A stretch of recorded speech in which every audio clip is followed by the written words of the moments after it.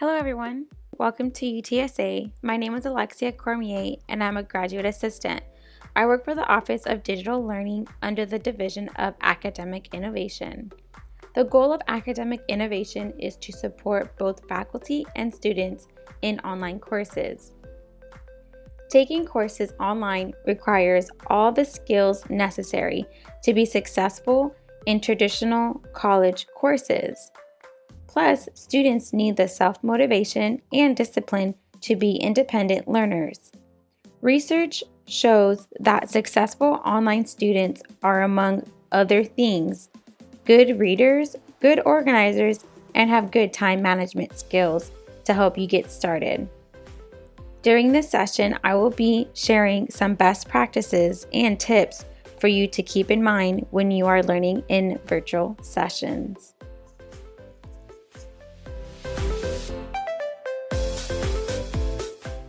Preparing for your session. As you have virtual sessions or Q&A sessions with your instructors, or even visiting during virtual office hours, it is always best to prepare for sessions. First, find a quiet place to set up. Finding a quiet place to study is very important even if you have asynchronous online classes. A quiet environment is key when you're setting up space for virtual class time. Choose a spot where there will be minimum distractions, ideally away from the flow of family traffic.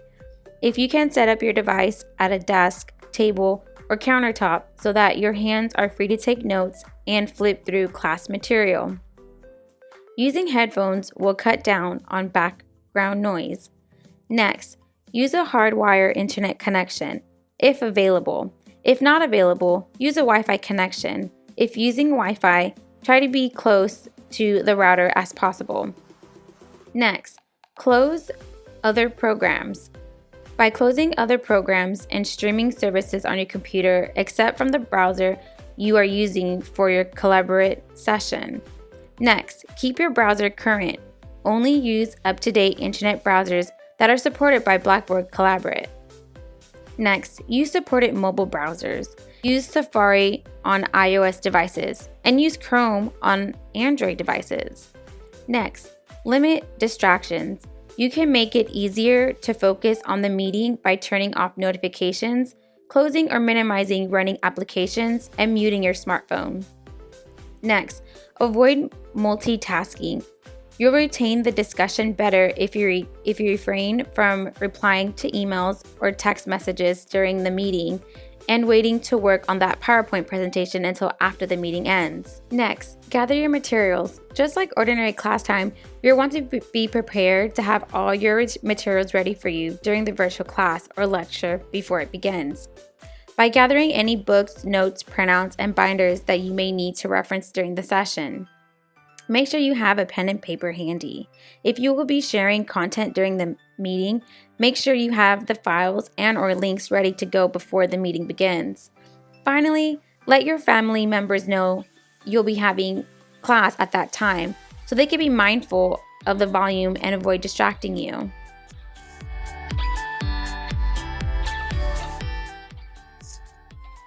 Before your session begins, revise your instructor's guidelines for virtual sessions, if any. Unlike in any original classroom setting, your instructor won't be able to see you if you're raising your hand or wanting to speak to share information. Follow the instructor's guidelines and how to indicate how you would like to answer questions or raising your hand. For example, this may involve using virtual hand raising features in the platform or typing messages into the chat box. Practice patience during the question and answer parts of the lesson. There might be a bit of delay between person speaking and to those listening. Remember, pause for a moment before you respond, and if you're speaking out loud, make sure to unmute your microphone first.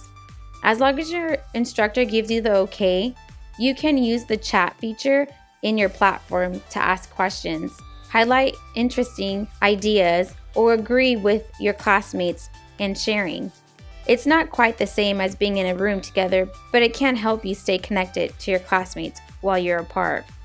Position your camera properly. This will help the webcam be sure to be in a stable position and focus at eye level if possible. Doing so helps create a more direct sense of engagement with other participants. Be mindful of background noise when your microphone is not muted, or avoid activities that could create additional noises such as shuffling papers or eating potato chips. After you log on, make sure to mute yourself. You'll know you're muted when you see the X or slash over the button. Position the camera and check your background. Double check, are you really muted? During your session, set a goal for yourself.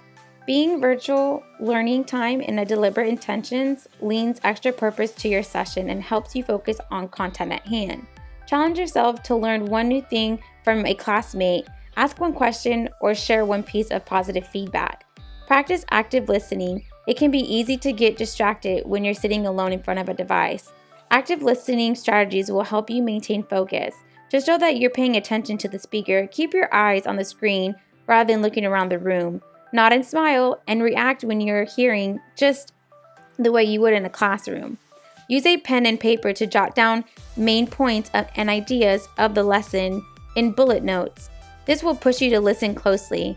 Finally, resist the urge to browse. Expand your virtual learning window to full size and don't open other windows or applications on your device during the class time. Technical issues. It is important to stay calm and troubleshoot. If something goes wrong during the session, such as screen frozen, bump from the class, application crash, don't worry. It's okay, don't panic. Technical glitches are bound to happen. Try logging back on. If that doesn't work, take a step to figure out if the problem was on your side. Check your Wi-Fi. If it is still connected, restart your computer if you need to. You can also check your email for communication from your instructor in case a problem occurred on their side too. If all fails, keep calm and try logging on again. Again, follow your instructor's guidelines.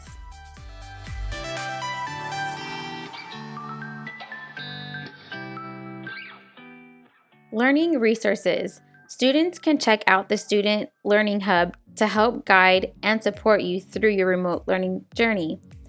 Blackboard support is available to all students 24/7. If you need, email Blackboard support and they can email you back directly at utsa@edusupportcenter.com. For faster service, please use your UTSA email account. Self-Help Portal has live chat and it creates a case, access Blackboard knowledge-based articles. You could log in for full experience. To call and reach Blackboard support at any time, they're available at 210-458-4520 and by pressing option 1.